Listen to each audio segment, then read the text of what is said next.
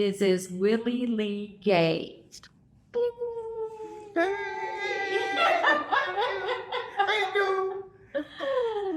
So, Miss Gay, we're going to chat about your journey. All right. So I think to kind of kick things off, let's see, where were you? Where's your hometown? I was born in Cameron, Texas, February 15th, 1930. And I also went to school in Cameron. I only stayed in Cameron, Texas until I was about 10 years old. But I would like to mention that I went to a school. Well, I was not old enough to go to school at first. And so I went, a lady named Lynn Murphy took me to a little country school before I was old enough to even enter a public school. Mr. and Mrs. Thomas lived behind me in a building and a home that was on O.J. Thomas, and I lived behind them. And Mrs. Thomas was my first grade, though Mrs. Bessie Thomas was the wife of O.J. Thomas. And so she was my first grade teacher. And she remained very, very close to me the rest of my life, because I think she was about 90 years old, so when she passed. But that's where I went to school. My elementary days were at O.J. Thomas School from about the fourth grade. And then my parents moved to Brownwood, which is like in West Texas near Abilene, going through Lubbock and all of those areas. That was West Texas. So they moved to West Texas to Brownwood near San Angelo in Abilene. And we didn't have a lot of activity. We did have a football team. We only had a basketball team. We didn't have very many children at the school. And so we had a good quiet. And we did participate in scholastic league. We weren't taught, it was not an A school or B school. I think it was like a C school, maybe even B. It was very down on pole as far as education. But the teachers were dedicated. The teachers that we had, and I remember those very well. And I think that's really where I became involved, in history. One teacher was Mr. Pendergrass, was the history teacher. And another thing, I know I remember in that school, the only picture I saw of a black person was Frederick Douglass. And we used all the rooms, all of the class. But Ed Hart was exciting life in a sense. We didn't have many activities, but we made ourselves have activities. But I stayed there and graduated from Harvard in 1947. Just before I graduated, they didn't have 12th grade. And I think in 1947 is when the 12th grade was a part of the Hardin School, Luther Hardin. And it later became an elementary school. And I've done a lot of work on Hardin School, trying to preserve the school. I received a lot of grants, money, whatever, and I contacted some of the former students, and we tried to preserve the school. And after receiving all of the grant money that I worked on, I wrote so many letters and contacted so many people, educated, contacted former students, generations of people, and they tried to help me. But the school is now in operation. The building, I think, is really deteriorating, and I really hate that, because I worked with the school to about 2006.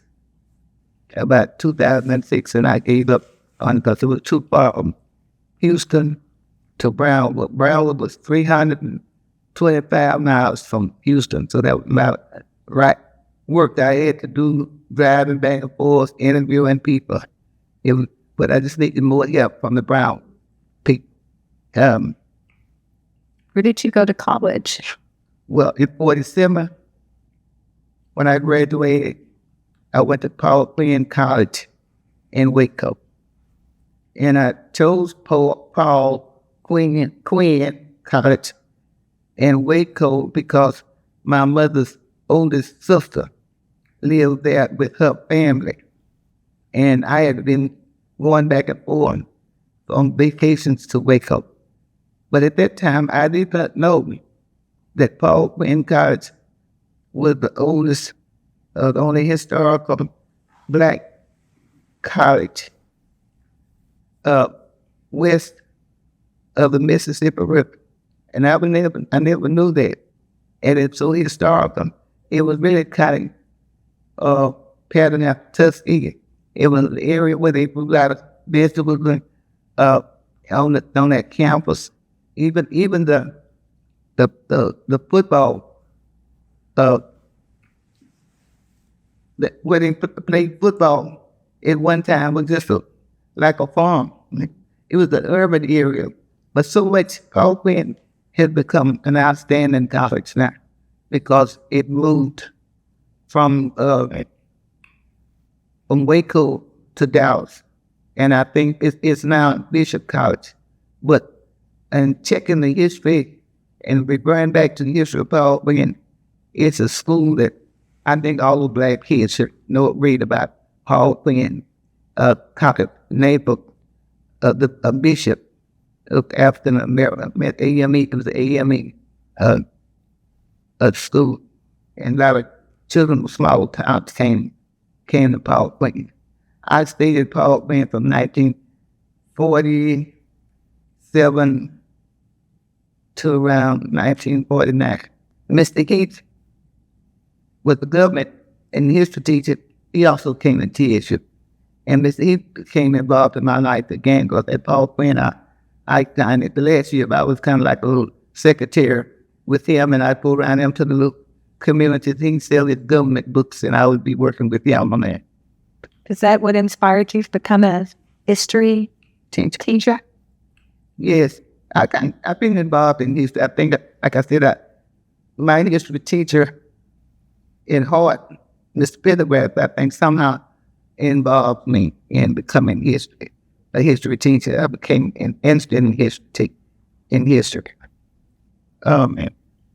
Then I came in 49. I came to TXM. I've been called Texas State for Negroes when I came here in 49, which means I had gone over 2 years at Paul Quinn. But 47 to 48, Paul Quinn, 48 to 49. In 49, in September 49, I came to TSU with Texas State for Negro. And that Texas called that different name. They changed name, I think, a couple of times. Yeah. But it finally became Texas Southern University. And at Texas, at TSU, they only had one building.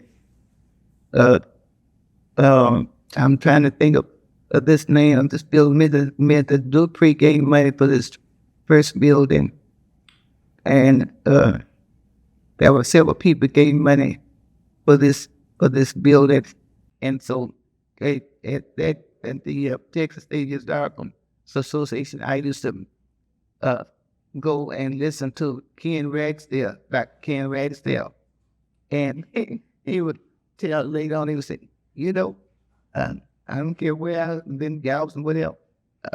You will always be there.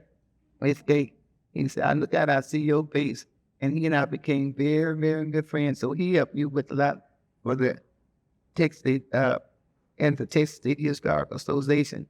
He helped me with doing historian because we were all in black junior historian chapter. And personally, they tried to push us back, but he always spoke up. As Mr. Ken Ragsdale, and we became friends for years and years until it passed. He even took me, I think, not too long ago, is in Mexico. I don't know. He showed me to go speak someplace. And so he got a black woman and white woman. He was able to get a lady to ride with me so I wouldn't just be by myself, by being on the black person. But Mr. Ragsdale was person who was really concerned about all race, and he would make sure that Woodson junior historians were recognized. He made sure that we were always recognized, and we were recognized on our own, what we did, because we did outstanding work. My performance, I remember Sylvia being stood up there at one of the junior historian annual meeting, and she spoke, and they wanted to know, oh, how did you get her to do that? What was that? Well, that girl could really speak. And Delanese, we had Delanese with slides, I think. We had slideshows, anything that performances. And then we always presented playing in Woodson for Black History, American Education Week. We did the bulletin boards. So it's impossible to relate all of the things we did. Like I said, going to the homes, going to the cemeteries, and we discovered a lot of history. Going to the cemetery, a lot of the principals, we were able to discover who they were and where they had taught positions in the city. It's amazing, and it's open a box. Doing his story, just open a box that's been closed, especially to our Black students. As I said, we were the only Black chapter, and I was able to encourage. And of course, we did different projects for like once money raiser, like stepping back into time. Yeah. Yeah, we did that. I was in that. You was in that? Is that one? Yeah. Step back into time. And we raised money for that. And I think that was one of them, we had Mr. Lovelace when he was the president. We had Mr. Lovelace up there. Anybody we could get put on program, we put them on program. And he went through, there was many programs we had. Always we had a program, American Education Week for Black History Month. And I can remember, and I tried to be as dramatic with the teaching. And I used to sit on the stool, some of you remember, and I would recite the poems. And sometimes Mr. Gaines even come by and see me sitting on the stool in front of the class, and he would just laugh, and he'd stop and listen, and he'd tell me about, oh, I heard that. And in the back room, I had junior historian. The junior historian paid their dues, and they received a booklet. Right. Some of the Texans, they changed the name of junior historian and Texas historian. And some of you may still have some of those books. I have a lot of them now, and go back and check. It helps me in my writing at the present. Mm-hmm.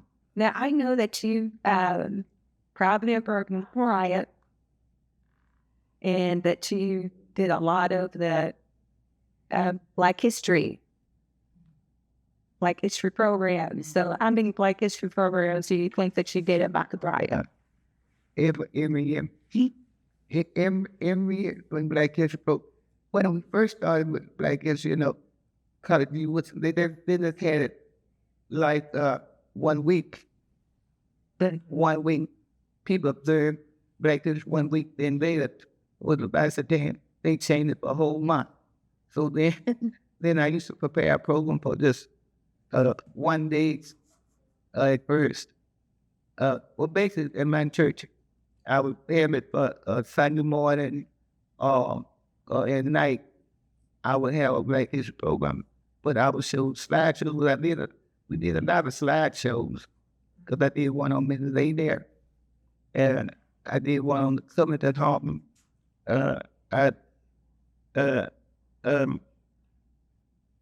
There, I'm trying to think of some of the other. I have a list of those, and then I would use the people at my church and put it on religious programs. I had a lot of religious programs, so they would be involved in, and I use some of them at night, programs, so they would come back. Melissa Water did a program. I think it was not Sojourner Truth, but one of the civil rights activists. She would come and do dramatic portrayal spots. I invited speakers. Some of the speakers I had some of the speakers that came with former students, because I think Jaron came and spoke one time, and then there were people like me. Adele came and spoke. Miss Adele came to Woodson on several times. Miss Adele came. I loved Miss Adele, and she loved us. And there were individuals to go over and interview her, because I know Jackie Swindle went over there. Curtis Richard went over and interviewed her. Because Mrs. Adele would tell us all about what happened when she first came to Houston. Blacks children couldn't even go to the library downtown. And she told how she was able to go through some special trainings of ways of getting children permission to get library cards. And so she had called whoever the mayor was at that particular time. She said, and they talked with them, and she said, they told them, all right, get you some girls and go down there to the library and get your card.